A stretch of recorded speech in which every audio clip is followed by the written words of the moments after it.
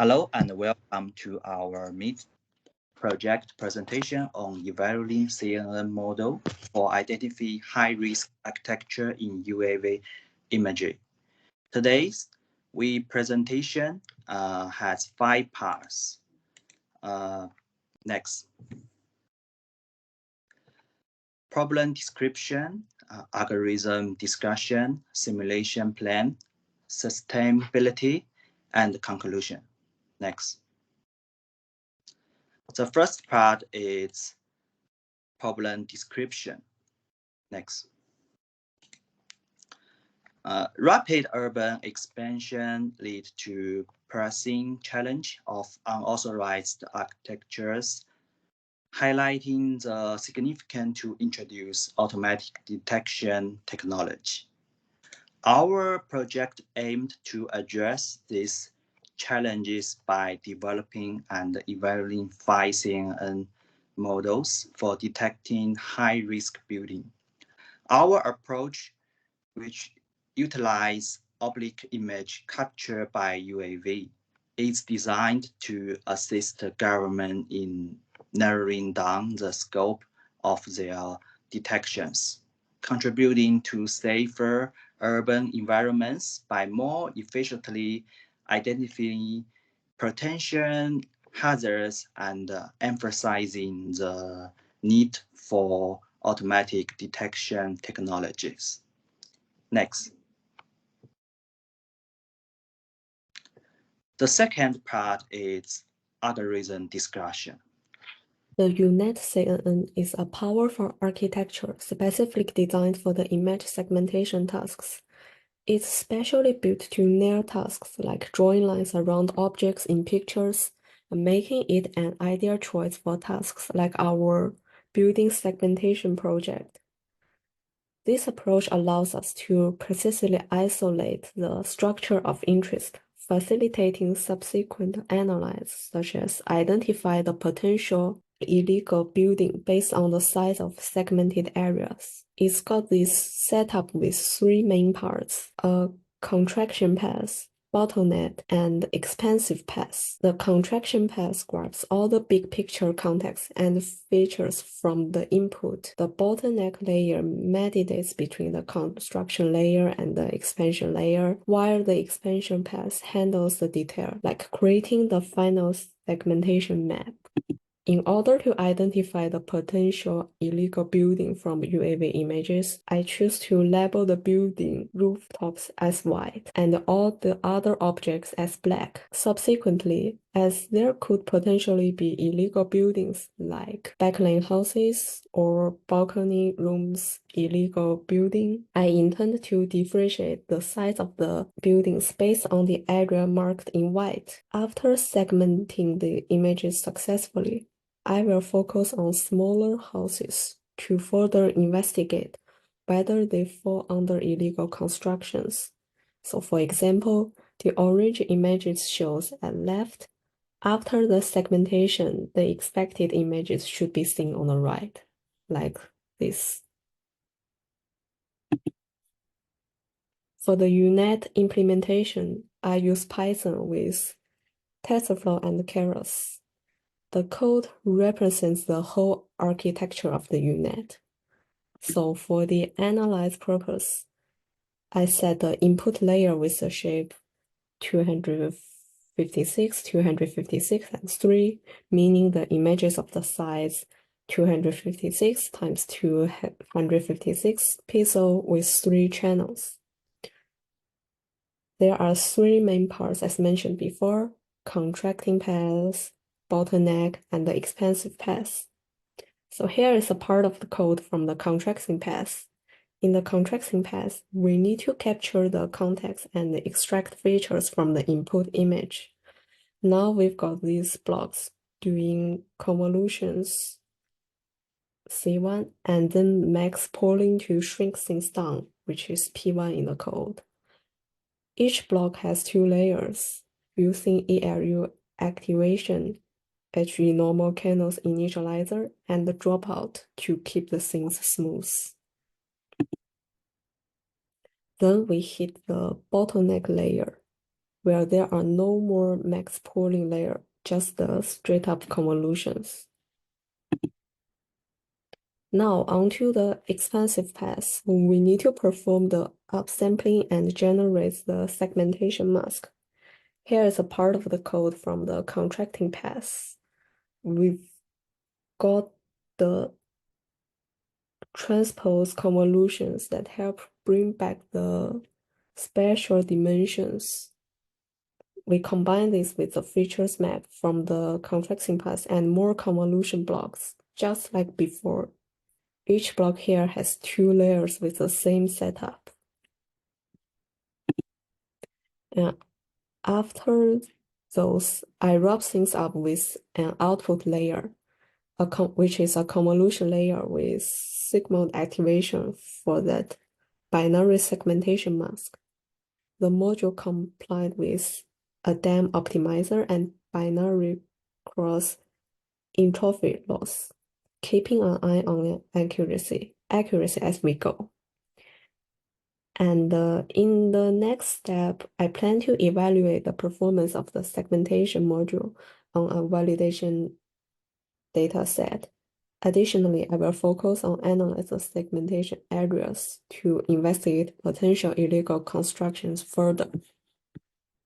I will talk about fast RCNN, which can decompose the complex process of target detection into 2 phases. First, localizing regions of interest, and then classifying objects within those regions. Fast RCNN greatly improves its efficiency by sharing a convolutional feature layer, which significantly reduces processing time in the real-world applications. Looking at the structure of fast RCNN, we can divide it into 3 key parts. The backbone network is the basis for extracting features from images using deep convolutional network. It inherits the weights from the pre-trained model, which allowed us to recognize the most important virtual feature in the image. The second is region proposal network. It regress the detection frame with the neural network and ditch optimize the detection frame and output the filtered positive detection frame. Just like this picture, the sliding window, and through the sister multiple one convolution layer output 2 feature maps. The third is ROI pooling. ROI pooling works by dividing each suggestion area into a fixed size grid, regardless of the initial size of the suggestion. The process scales it to a 7x7 grid. In each grid cell, max pooling is performed, picking the max value to ensure that the most important features are captured. The training has 4 steps. First is initial the backbone using ImageNet pre-train weight. The second, train fast RCNN using positive predictive value of RPN. RPN and fast RCNN using different backbones. The third, initialize RPN and fast RCNN, fine-tune RPN weight, fast RCNN and RPN start sharing the backbone. The last is keep the backbone and RPN weight fixed, initialize fast RCNN and fine-tune. Now, let's talk about practical applications. I use the open sources, cracked datasets. You can see the model's recognition result.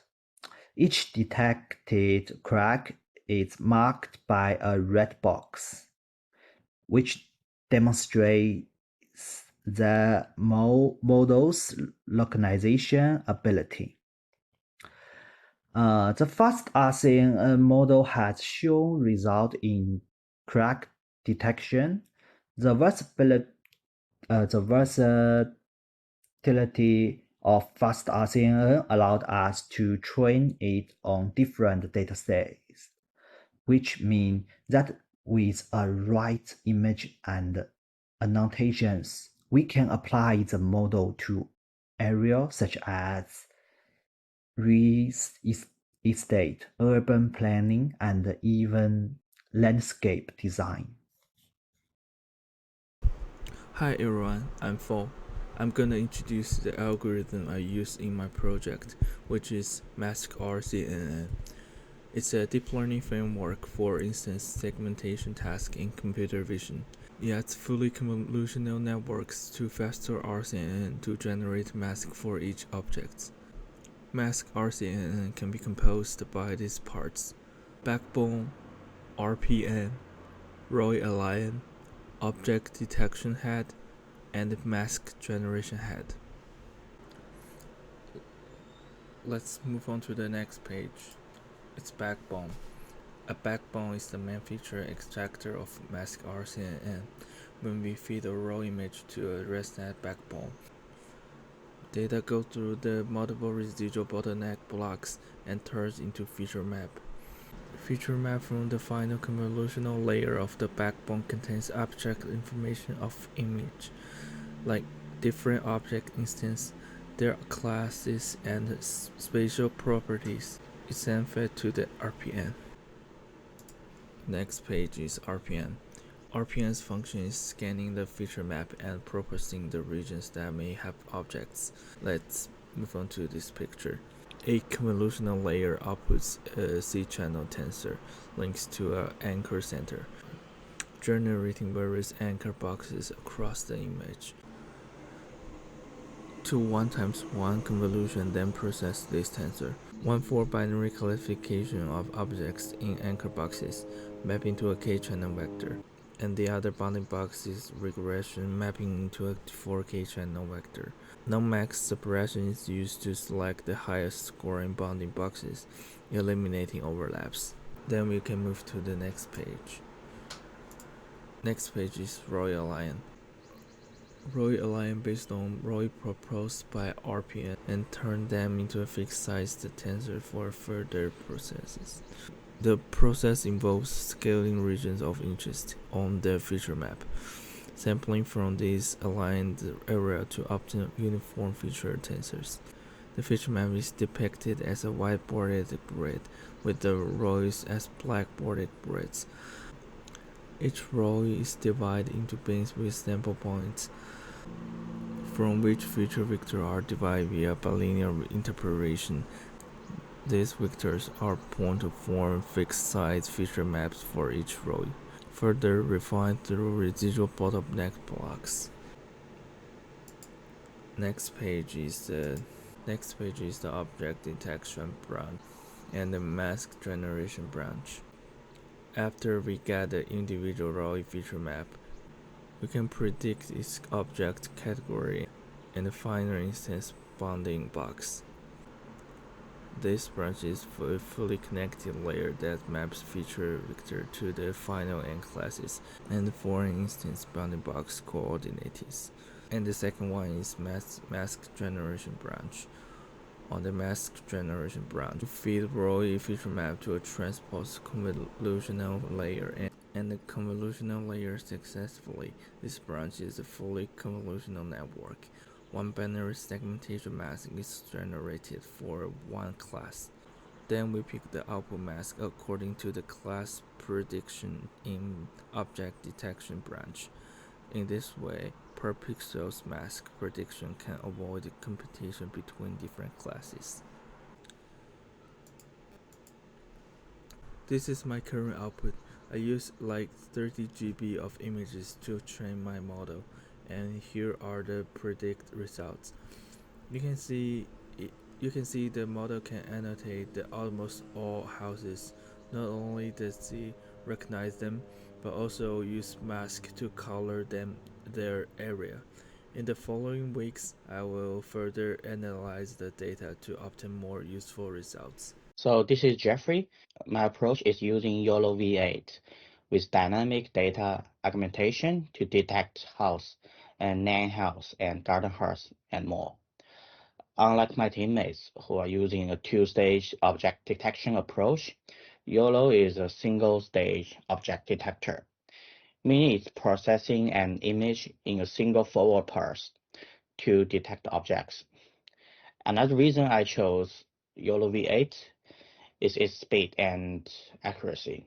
With the advent of YOLO and its architecture successors, detection accuracy has significantly improved, sometimes even performs better than two-stage detectors. The innovation part of my approach involves a custom data loading process.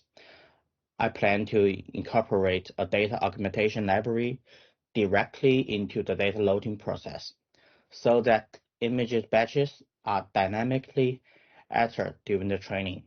This provides diverse training examples in real time without the need to manually increase the dataset size. Before I jump into the training process, I want to briefly talk about how to custom the dataset for YOLO V8. Firstly, Spexicon provides us a large dataset. To properly train our model, we need to select only those images that align with our project objectives. Moving on image annotation, each image has to be marked with bounding box, segments, or key points. This stage was both time-consuming and critical, as the accuracy of our annotation directly impacts the model's learning and detection capabilities. After annotation, we need to translate our annotations into a format that YOLO V8 can understand. So it has to be YOLO.txt file format. The next phase was to organize the dataset. We arranged our dataset into character folder structure, separating image into training, validation, and testing sets as per YOLO V8 requirements. Lastly, the creation of data YAML file acts as a blueprint. It describes the dataset, the class, also provides other essential details. This YAML file is crucial for YOLO V8 to understand the dataset structure and content, guiding it through the training process. So since I only have MacBook, it takes forever to train a model in my computer. So for training process, I have to use a cloud-based platform that offers free access to powerful GPU resources to train the model. Firstly, setting up the environment in Google Colab, make sure everything works fine. Secondly, it's time for the main character, like the code shows. This code initiates the training of a YOLO V8 object detection model with a specific dataset. Aiming for the detection task, it leverages transfer learning from a pre-trained model, specifies the dataset to use, and set the train parameters like the number of epochs and the image size. We need to validate the YOLO V8 model after it has been trained. Set model as validation and provide the location of the model we trained. In this mode, the model is evaluated on a validation set to measure its accuracy and generalization performance. Last but not least, predict mode is used for making predictions using a trained YOLO V8 mode on new images. Set the mode as predict and set confidence threshold. In this mode, the model is loaded from a checkpoint file, and the users can provide images to perform inference. The model predicts the clocks and locations of objects in the input image. To make sure my approach is feasible, I found one open source dataset that is very similar with the Spexicon dataset. It's also taken by drone, and both rooftop and backyard solar panels are labeled. As you can see the image below, I successfully trained a model to detect solar panels from above, which is quite encouraging. Look ahead, I will start to custom the spectrum dataset right away and start to train them as soon as possible. Hi, I'm Zhiliu. I will talk about MobileNet CNN. It's a lightweight model for mobile applications. It has 3 advantages. First, efficiency.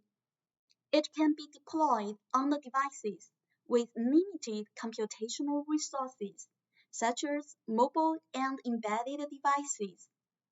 2. Speed. It's faster to execute, which is critical for real-time applications. 3. Flexibility. Its 2 hyperparameters, width multiplier and resolution multiplier, allows it to be easily scaled for different performance needs. What's its adaptation to our problem? The answer is that this algorithm could be potentially implemented on UAVs for real-time analysis of aerial imagery, enabling swift detection of high-risk architectures. Now, let's look at its working prototype. It contains 2 major components. One is bottleneck layer. It forces the network to compress the input information into a lower dimensional space, leading to more efficient feature representations. The other is inverted residual structure. It uses depth-wise convolutions to filter input features in a low-dimensional space and invert them to a high-dimensional space just before applying them. In addition, it makes shortcut connections between the bottleneck layers, facilitating the information flow across the network. My implementation process includes the following steps. 1. Establish environment. The data is from Spexicon images, and my coding platform is VS Code. I used the Python libraries such as TensorFlow and NumPy. 2. Annotate images. The tool I used is LabelIMG, and I assigned 3 lumber labels. 0 for accessory structures, 1 for garden hearts, and 2 for patios. 3. Create dataset. At this step, I passed the annotation files to get labels and transformed them to one-hot codes. Then, I loaded images and converted them into arrays. 4. Define model. The screenshot here shows a simplified version of my customized model, which is based on the framework of MobileNet CNN. 5. Pre-process dataset. At this step, I resize images to meet model input requirements.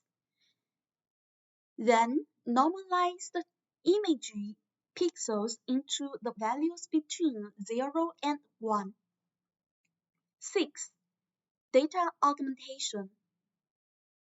I use image data generator to rotate images, zoom and share ranges, and flip images. 7. Divide the dataset into trailing validation, and test sets. 8. Create, compile, and train the model on training and validation sets. 9. The last step is evaluate the model on test set. The third part is simulation plan. Next, please. The first one is data preparation.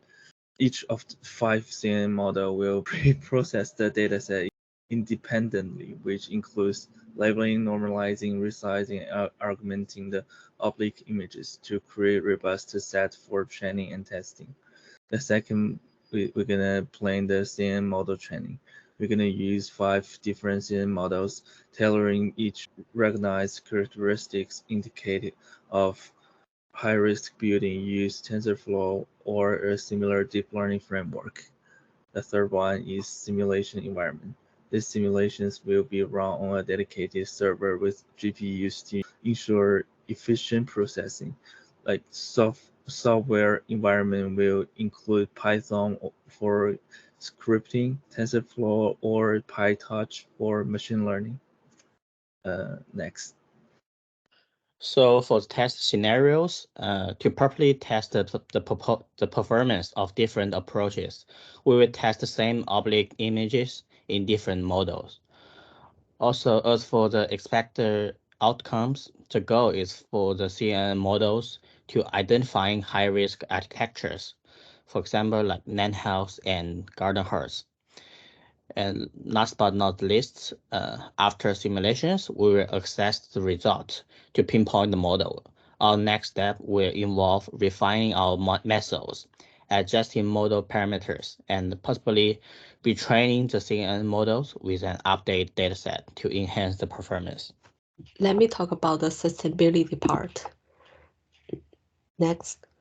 So using the CNN for the analysis of the oblique images help us accurate monitor and access the urban building layouts and land use. This supports the long-term sustainability, since it leads to the optimized resource allocation and less land waste. Also, it's a new tool for urban planning and resource management because it enhances the accuracy and the efficiency of the detecting non-compliant buildings.